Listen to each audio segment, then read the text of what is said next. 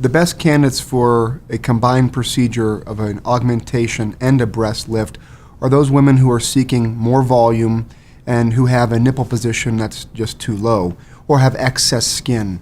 Some women, you can fill up a deflated breast with a very large implant, but a lot of women want to look more natural.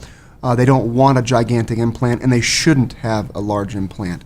Therefore, reducing the skin on the breast, raising the nipple position onto a smaller or modest size implant can be very effective in trying to get a more natural look. However, there is the price of the scar. The scars of a mastopexy are not the same as the scars of a straight breast augmentation. Because you're lifting the breast at the same time, frequently, almost always, you will need an incision around the nipple areolar complex. That's being raised. So there's a circular scar typically around the nipple, and frequently there's second scars or third scars, such as a vertical limb on the breast from the nipple down, and hopefully we can get away with just those two scars in the majority of women.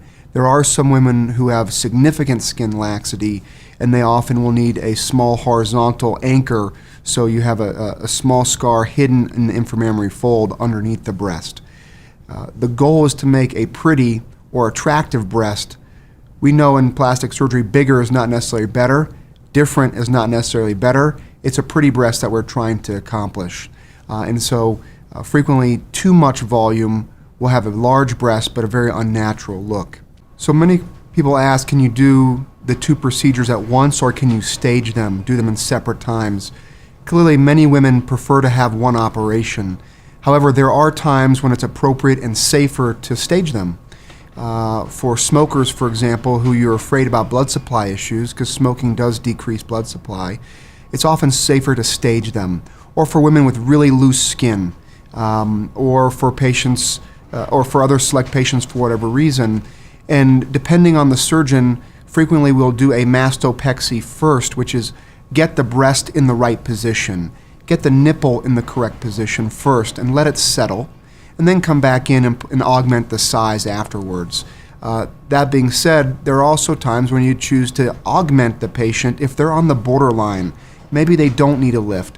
Their skin might settle in, or their breast might settle into the implant. And so the augmentation can also be done first for patients who are closer to that fence of needing both procedures. And then if the implant stays high or the breast settles over the implant, then you can do a small lift and lift the breast back up.